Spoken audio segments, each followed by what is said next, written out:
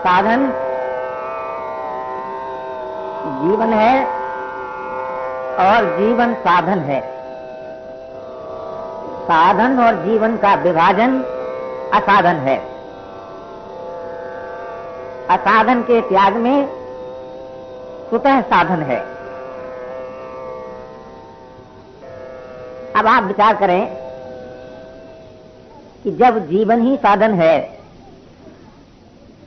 तो उसका विभाजन हो ही कैसे सकता है।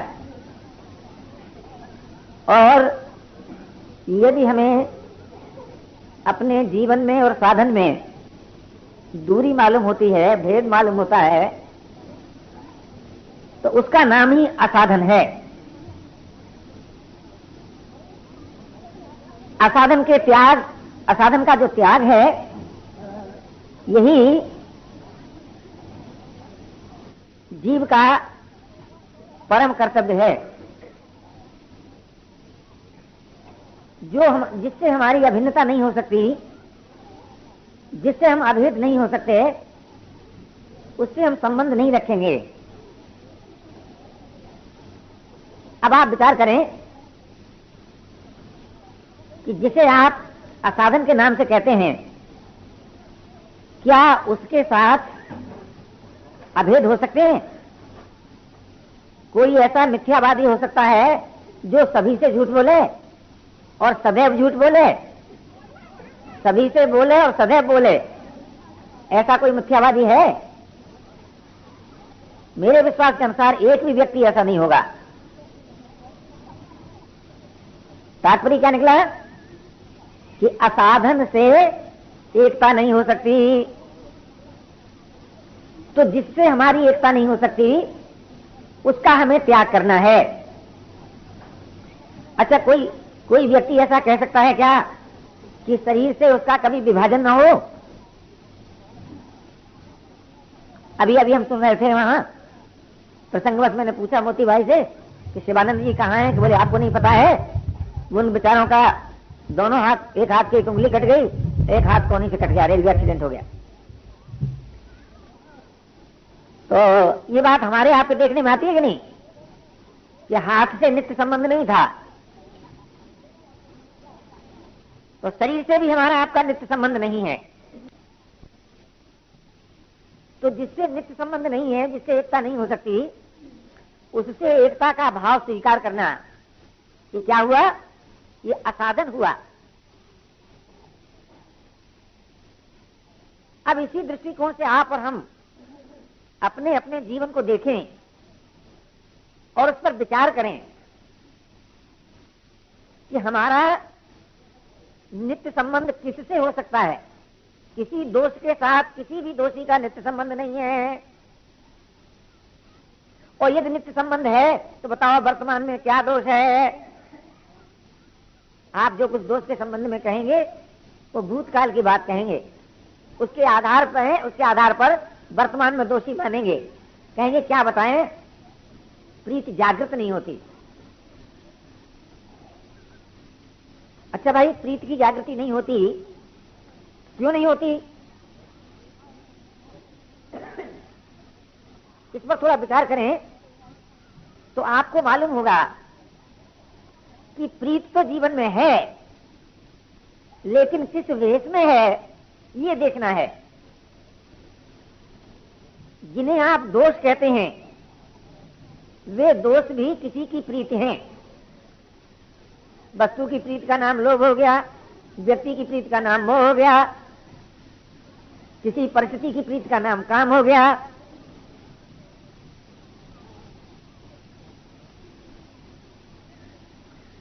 लेकिन किसी भी वस्तु से इतनी प्रीत नहीं है कि जिसके बिना न रह सकें।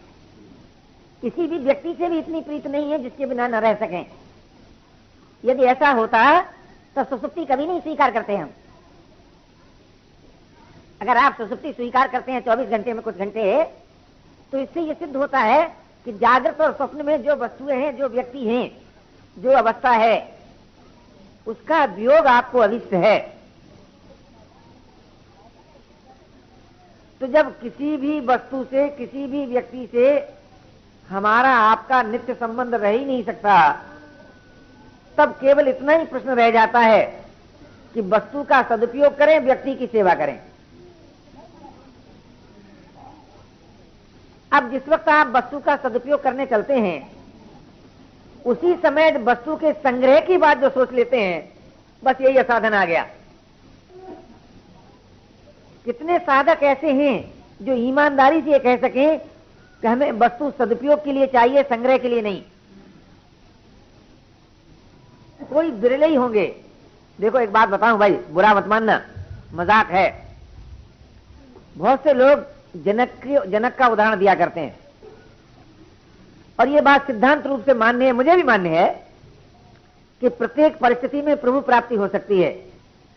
लेकिन विचार करके देखो, राजा या मजदूर, दो प्रकार के व्यक्ति प्रवृत्ति में संत और भक्त हुए हैं। मिल ओनर या अकाउंट जमा रखने वाला एक भी नहीं हुआ है। बुरा मत मानना भाई। आप कहो कि साहब हमारे गोयनका जी के पास तो लाखों रुपया है, ये तो भक्त हुए हैं, तो गोयनका जी के दिल से पूछो, जानते हैं भाई का धन है, मैं भाई का धन खर्च करता हूं। ऐसा मैंने उनके कानों सुना अपने मुंह से, उनके मुंह से अपने कानों भूल गया। आप देखेंगे ऐसे लोग हुए हैं कि कोई कपड़ा बुनता है, तो कोई जूते गांठता है, तो कोई चीज बेचता है, मजदूरी करता है, रोज श्रम करता है, और उसके बदले में जो कुछ मिलता है उसका बड़ा अच्छा उपयोग करता है भगवत सेवा में, भक्त की सेवा में, भगवत की सेवा में, विश्व की सेवा में। लेकिन ऐसा भक्त आप नहीं बताएंगे। राजा महाराजाओं की जो बात कही जाती है, तो राजा महाराजा प्रजा के धन को कभी अपना नहीं मानते रहे। अपने प्राचीन राजाओं में ये पद्धति रही कि टैक्स का जो धन है वो उनका अपना धन नहीं है, उसको वो अपना व्यक्तिगत धन कभी किसी राजा महाराजा ने नहीं माना। तात्पर्य क्या?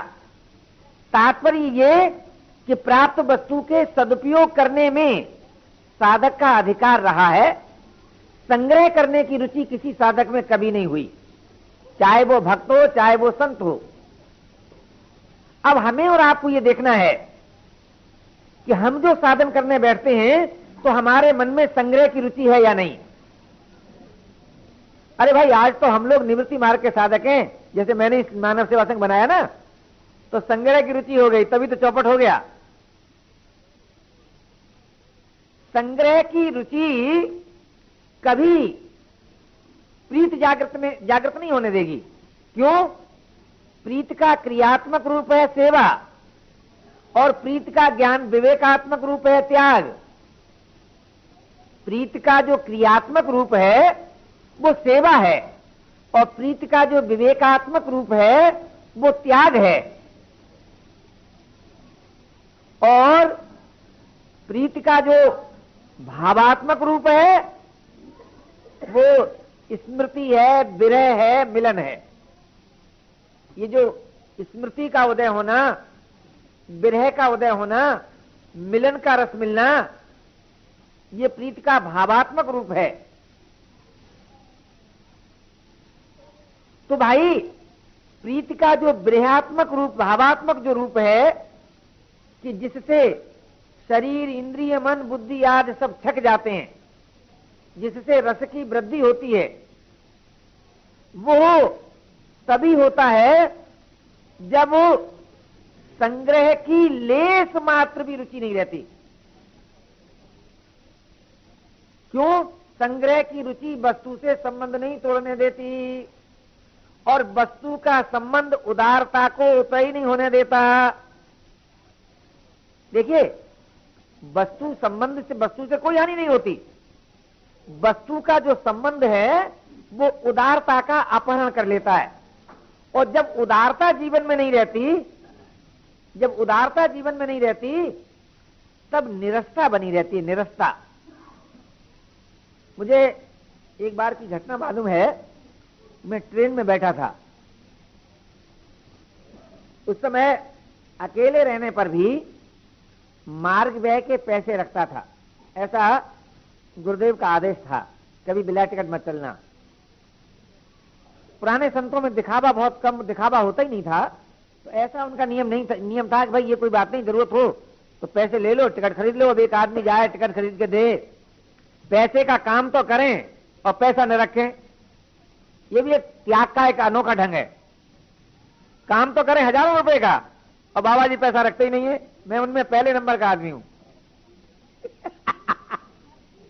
हाँ, एक दफे हमारे भाई जी कहते थे, हरिजन भाई जी, कि सड़न का खर्च कम से कम 1000 रुपए महीने का है। वो ठीक कहते हैं, ज्यादा हो सकता है, कम नहीं।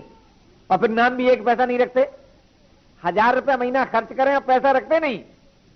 इस तरह का ढोंग पुराने संतों में नहीं होता था जैसा मुझ में।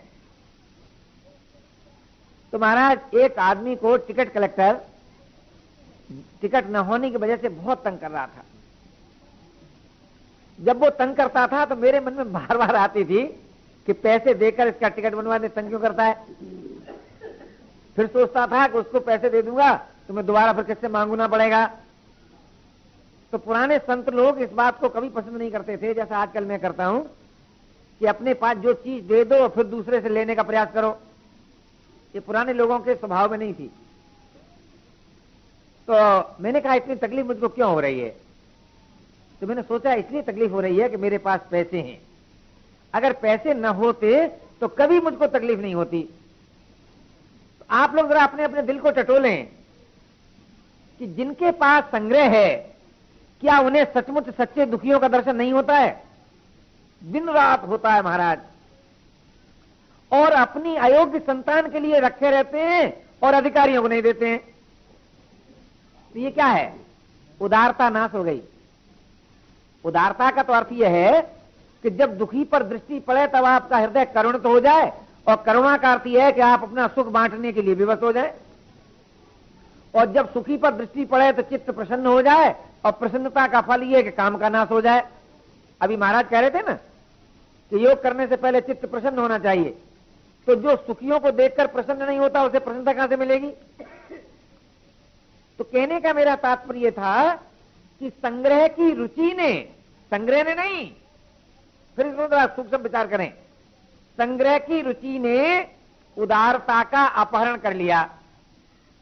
और उदारता का अपहरण होने से चित्त जो द्रवीभूत रहना चाहिए था उसमें जरा सख्ती आ गई। सख्ती माने कि दुखियों के दुख को देखकर सहते रहते हैं। अब कोई कहे कि हम सबका दुख तो नहीं मिटा सकते, बात ठीक है, लेकिन जितने का मिटा सकते हैं जितने अंश में, उतना भी नहीं मिटाते। और बुद्धि पूर्वक ये निर्णय कर लेते हैं कि हमारे पास जो धन है इसका अच्छे से अच्छा उपयोग करना भी हमें आता है। और एक बात मैं आपसे निवेदन कर दूं भाई, कि जिसके पास धन होता है उसे उपयोग करना कम से कम नहीं आता।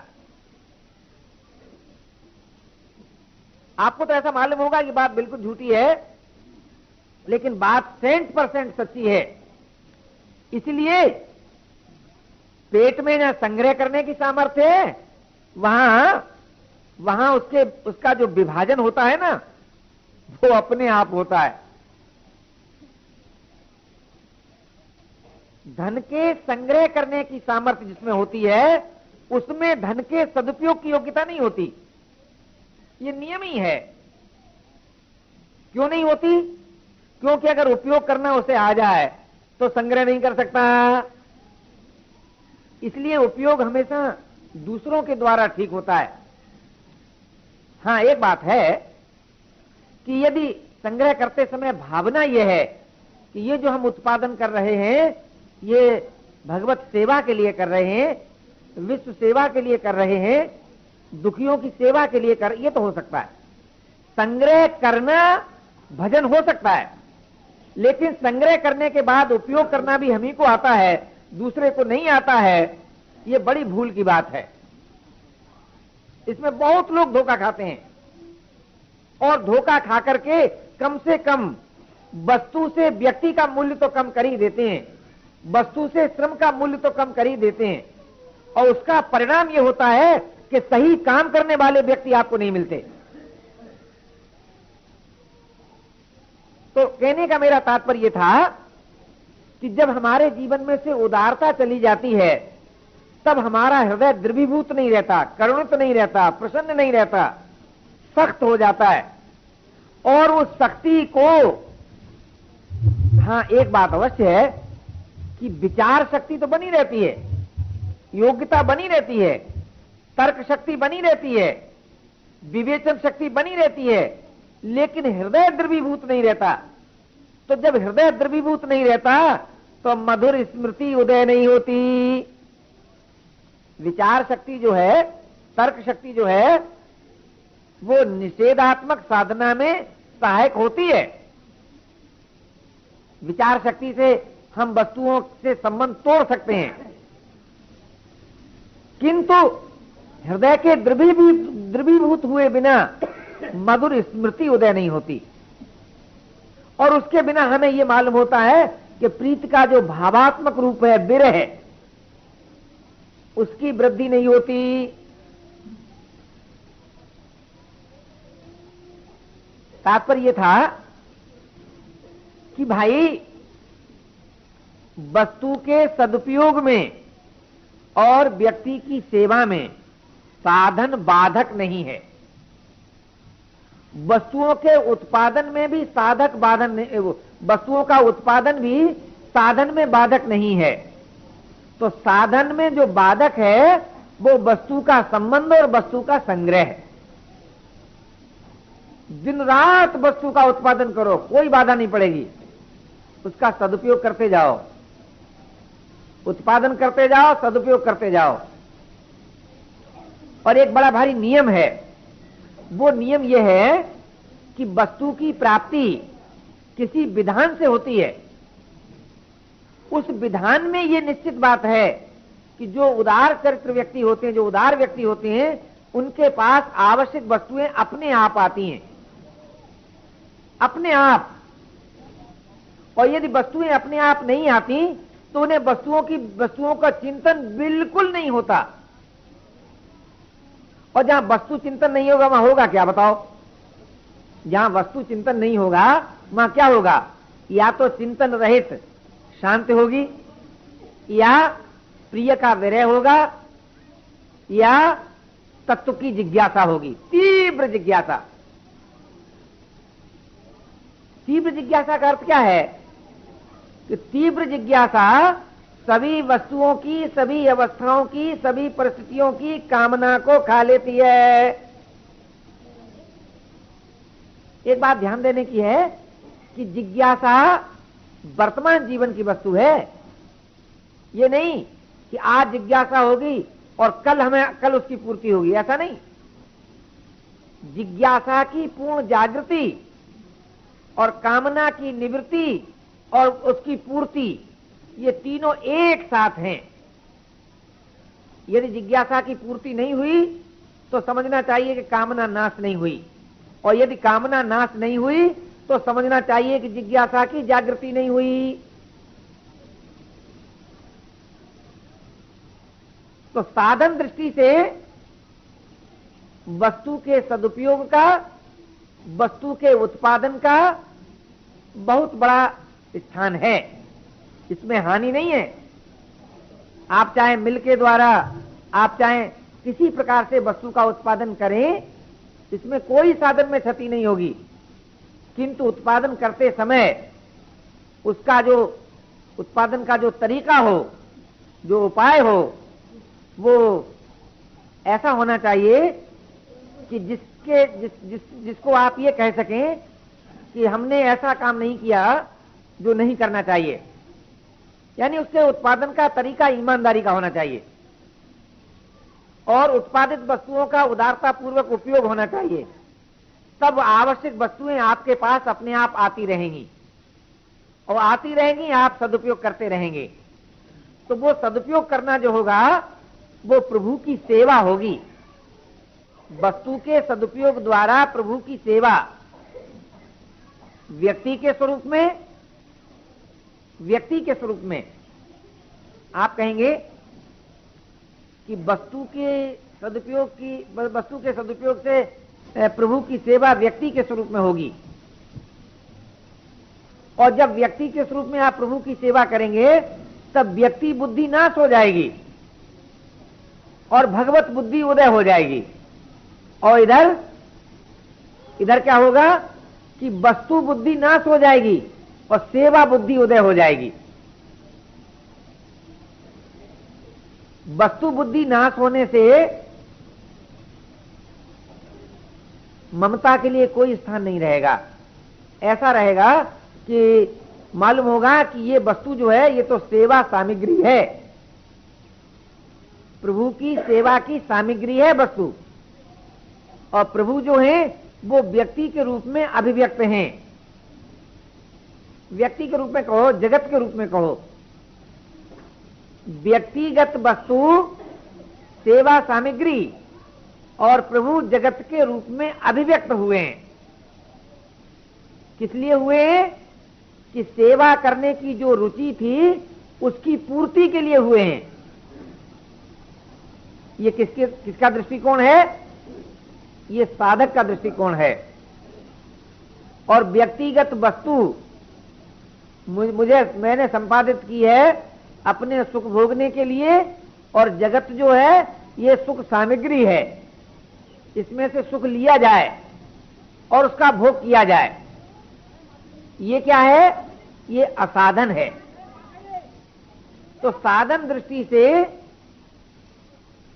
प्रत्येक वस्तु, यह वस्तु का अर्थ केवल इस बाहरी वस्तु को नहीं लेना चाहिए, जो भी जिसका भी उपयोग किया जा सकता है। जैसे बोलने की शक्ति भी एक वस्तु है, सुनने की शक्ति भी एक वस्तु है, सोचने की शक्ति भी एक वस्तु है, समझने की शक्ति भी एक वस्तु है। तो इन सभी वस्तुओं का सदुपयोग है प्रभु की सेवा में, और प्रभु की अभिव्यक्ति है जगत के स्वरूप में। देखिए, आस्तिकवाद में और नास्तिकवाद में अंतर क्या होता है? आस्तिकवाद जगत में प्रभु का दर्शन कराता है, और नास्तिकवाद प्रभु में जगत का दर्शन कराता है। यह बड़ा भारी अंतर है आस्तिक दर्शन में और नास्तिक दर्शन में। प्रभु में जगत का दर्शन ये नास्तिक दर्शन की बात है, वो भी एक दर्शन है, और जगत में प्रभु का दर्शन ये आस्तिक दर्शन की बात है। तो आस्तिक दर्शन की दृष्टि से जगत का स्वतंत्र अस्तित्व नहीं है, और जब जगत का अस्तित्व ही नहीं है तो बताइए संबंध किससे रहेगा? संबंध किससे रहेगा? जिसका अस्तित्व है उससे, और जिसका अस्तित्व है उससे ही संबंध है। तो क्या कोई संबंध ऐसा है कि जिसका संबंध हो और वो जिसने संबंध किया है, संबंध करता उसकी स्मृति न हो जाए कि जिससे उसका संबंध है? क्या ऐसा कभी हो सकता है? कभी नहीं हो सकता। संबंध करता उसकी स्मृति है जिससे उसका संबंध है। तो जब हमारा प्रभु से संबंध है तो हमारा अस्तित्व क्या हुआ? प्रभु की स्मृति। अब आप सोचो कि जहां हम अपने में और प्रभु की स्मृति में भेद करते हैं, दूरी मानते हैं कि हम अलग हैं और प्रभु की स्मृति अलग है, तो भाई साधन सिद्ध नहीं होगा। साधन सिद्ध तभी होगा कि जब हमारा अस्तित्व और प्रभु की स्मृति एक है। तात्पर्य क्या निकला? कि प्रभु की स्मृति है जीवन। जीवन माने प्रभु की स्मृति। कि भाई प्रभु की स्मृति कहां से उदय हुई? कि प्रभु से संबंध जोड़ा। और संबंध कब जोड़ा? बोले जब जगत में प्रभु का दर्शन किया। जगत में जो प्रभु का दर्शन नहीं कर सकता उसका मन संसार से कभी नहीं हट सकता। भाई बुरा कोई बल्ले मान ले। कितना अभ्यास करेंगे आप? कितनी देर आंख बंद करेंगे, कितनी देर नाक बंद करेंगे, कितनी देर मन को रोकेंगे? क्या दशा होगी? मक्खियों के काटने के भय से कोई जल में डूब जाए और जब उछरे तब फिर मक्खियां काटेंगी महाराज। तो जब तक हम जगत में प्रभु का दर्शन नहीं कर सकते, अथवा यूं कहो कि प्रत्येक वस्तु में प्रभु का दर्शन नहीं कर सकते, तब तक सदा के लिए मन भगवान में लग जाए, ये बात कभी भी साध्य नहीं मालूम होती। किसी का लग जाए मैं नहीं कह सकता, क्योंकि हमारे यहां की साधन पद्धति में किसी साधन का विरोध नहीं किया जाता। अगर कोई भाई ऐसा मानता है कि लग जाएगा तो लग जाए, संभव है लग जाए, पर व्यक्तिगत जो मेरा अपना विचार है वो ये है कि जब तक हम जगत में प्रभु का दर्शन नहीं कर सकते, खुली आंखों से अपने प्यारे को नहीं देख सकते, खुले कानों से अपने प्यारे की वाणी नहीं सुन सकते हैं, और स्पष्ट रूप से उसको हाथ से हाथ नहीं मिला सकते जब तक है, तब तक सदा के लिए मन अपने प्यारे में नहीं लग सकता। जब तक ये मालूम होता है कि हमारे प्यारे से भिन्न भी कोई और है, और जब तक ये मालूम होता है कि कोई गैर है और है, ऐसा जब तक मालूम होता है, तब तक सदा के लिए मन भगवान में लग जाए, इसकी आशा करना, कम से कम मुझे ऐसा मालूम होता है कि मैं अपने को धोखा देता हूं। तो भाई, जगत में प्रभु का दर्शन आस्तिक बात, और प्रभु में जगत का दर्शन भौतिक बात। तो जगत को जगत मानकर जगत की वस्तुओं से जगत की सेवा करना भौतिक दर्शन की साधना।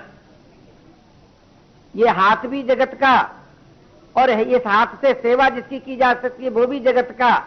तो अंतर क्या हुआ भाई? अंतर क्या हुआ?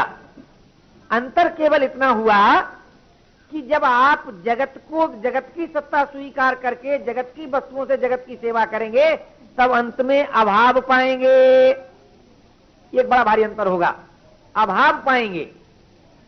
और जगत में प्रभु का दर्शन करके प्रभु की दी हुई वस्तु से जब प्रभु की सेवा करेंगे, तब क्या होगा कि तब सेवा के अंत में प्रीति पाएंगे। प्रभु का मिलन और प्रभु की सेवा और प्रभु का ज्ञान, इन तीनों में थोड़ा थोड़ा अंतर है भाई। प्रभु का ज्ञान तो उसे समझो जो जगत को प्रभु मान ले। एक मिट्टी के ढेले को साक्षात पूर्ण ब्रह्म सच्चिदानंद घन मान ले तो समझ लो कि उसे प्रभु का ज्ञान हो गया। और जो वस्तु रूप से प्राप्त है उससे उसकी ठीक सेवा कर दे, ये प्रभु की सेवा। और प्रभु की प्रीति इसके बाद आती है भाई। पहले प्रभु का ज्ञान, फिर प्रभु की सेवा, और फिर प्रभु की प्रीति।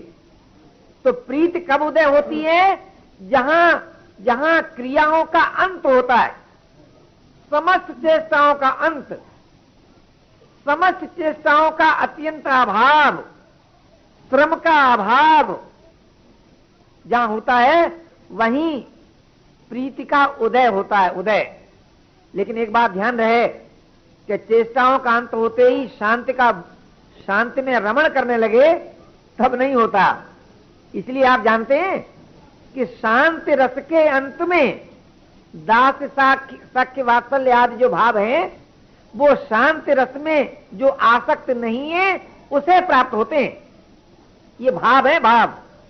इसलिए प्रभु की प्रीति को संपादित करने के लिए, प्रभु की प्रीति को जागृत करने के लिए दुख की निवृत्ति शांति रस में है। शांति रस में दुख की निवृत्ति है। इसलिए भाई, उसके पश्चात दास्य भाव, सख्य भाव, वात्सल्य भाव, मधुर भाव, और उसके अनेक भेद हैं। ये तो विद्वान लोग जानते हैं, अपने नहीं जानते। तात्पर्य कहने का ये था कि क्या आप जगत में प्रभु का दर्शन कर सकते हैं, और जगत के उस भाग में नहीं कि कोई कहे हम तो अपने गुरु महाराज में भगवान का दर्शन करते हैं, कोई कहे हम अमुक भक्त में भगवान का दर्शन करते हैं, ये बात नहीं। कोई कहे कि साहब हम तो अमुक जो विभूति है उसमें प्रभु का दर्शन करते हैं। ये तो सच पूछिए एक तरह की कमजोर दिल की बात है कि जिस पर विजयी नहीं हो सके उसे भगवान मान बैठे। भाई जब हमारी बात मन में आती है वो कहते हैं ये कमजोर दिल की बात है। अपने गुरु में, संत में, विभूतियों में भगवान का दर्शन कोई कठिन बात नहीं है। ये तो सभी लोग जानते हैं कि भाई सूरज कोई आदमी नहीं बना सकता, तो सूरज में भगवान का दर्शन क्या कठिन है? आप सोचिए ना, अरे गेहूं के बिस्कुट बना सकते हैं, गेहूं तो कोई नहीं बना सकता। तो इस तरह से वस्तु विशेष में भगवत बुद्धि होना कोई कठिन बात नहीं है, पर यह अधूरी आस्तिकता है। पूरी आस्तिकता का तो अर्थ यह है कि भगवान से भिन्न कुछ है ही नहीं, कभी, अभी भी नहीं है, पहले भी नहीं था, आगे भी नहीं होगा। तो जगत में भगवत दर्शन करने का जो ज्ञान है, दर्शन माने देखने के भी कहते हैं और दर्शन माने जानने को भी कहते हैं। तो जो जगत को परमात्मा जान लेता है, यानी जगत में परमात्मा को जान लेता है, यह भी जरा थोड़ा भय की बात है इसमें। अरे भाई, जगत परमात्मा कैसे हो सकता है? जगत में परमात्मा तो सभी मान लेते हैं, बहुत आसान बात है। लेकिन भाई, पूर्ण आस्तिकता तो यह है कि जगत परमात्मा का विभाजन कभी हुआ ही नहीं, और जिसका विभाजन हो जाए उसका अस्तित्व ही नहीं। तो चाहे तो जगत के अभाव से जगत और परमात्मा में भेद का नाश कर लो, और चाहे जगत रूप में, देखिए जगत रूप में ही अगर परमात्मा का दर्शन हो तो बड़ा ऊंचा ज्ञान है। ये सही ज्ञान तो यही है। तो भाई, जगत में अपने प्यारे प्रभु का दर्शन करो, जगत में प्रभु को जानो, और फिर प्रभु की दी हुई योग्यता से, सामर्थ्य से, वस्तु से उनकी सेवा करो। तो प्रीति का जो क्रियात्मक रूप है वो सेवा है, सेवा। तो सेवा से क्या होगा कि सेवा के अंत में प्रीति का जो भावात्मक रूप है, भावात्मक रूप, प्रिय की स्मृति, प्रिय की प्रियता, स्मृति, प्रियता, आत्मीयता, इतनी गहरी आत्मीयता कि कोई और है ही नहीं, किसी और पर आज तक दृष्टि गई ही नहीं, और इतनी गहरी प्रियता कि कभी नजर भर देखा ही नहीं। अनंत काल हो गया, कभी अपने प्यारे को पूरा देख ही नहीं पाया। ये प्रियता की विशेषता है। प्रियता जब उदय होती है तब कभी उसका अंत नहीं होता। जब अंत नहीं होता तो प्रियता की दृष्टि, प्रियता में कितनी सुंदरता है, प्रियता में कितना आकर्षण है, प्रियता में कितना ऐश्वर्य है, प्रियता में कितने रस की वृद्धि है, इसके लिए कोई शब्दावली नहीं हो सकती। अनंत अनंत अनंत कह दो, अनंत सौंदर्य, अनंत रस, अनंत प्रियता। तो भाई, जब कोई और है ही नहीं तो समस्त प्रियता एक में होगी कि नहीं? और जब समस्त प्रियता एक में होगी तो बताओ मन कहां जाएगा और कैसे जाएगा? आज हम मन को पकड़ पकड़ के, दबा दबा के रखते हैं, और आप जानते हैं श्रम साध्य साधन अखंड नहीं हो सकता। श्रम साध्य साधन अखंड नहीं हो सकता, और किसी अन्य की सत्ता स्वीकार करने पर चित्त का निरोध ईमानदारी से नहीं हो सकता। वैसे तो गहरी नींद में सबका निरोध होता है, गहरी नींद में सबका निरोध होता है। तो किसी अन्य की सत्ता स्वीकार करते हुए वास्तविक निरोध नहीं होगा, और श्रम साध्य साधन रहते हुए साधन अखंड नहीं होगा। इस कारण विश्वास मार्ग की दृष्टि से जगत ही में प्रभु का दर्शन करो। जगत अपने प्यारे की ही अभिव्यक्ति है और कुछ नहीं है। तो जब अपने प्यारे से भिन्न कुछ नहीं है तो अपने उनकी प्रीत से भिन्न कुछ नहीं है। तो प्रीत और प्रियतम, प्रीत और प्रीतम, इनसे भिन्न न कभी कुछ हुआ न कभी कुछ हो सकता है और न कभी कुछ है। वर्तमान में है नहीं, आगे कुछ होगा नहीं, पहले कुछ हुआ नहीं। प्रीति ने प्रीतम को रस दिया और प्रियतम ने प्रीति को प्रकट किया।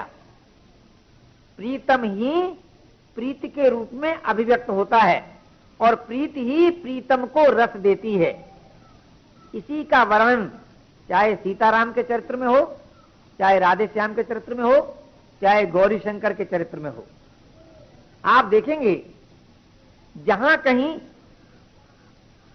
कहीं जो कुछ मिलेगा आपको, उनमें से एक पक्ष प्रीति होगा, दूसरा पक्ष प्रीतम होगा।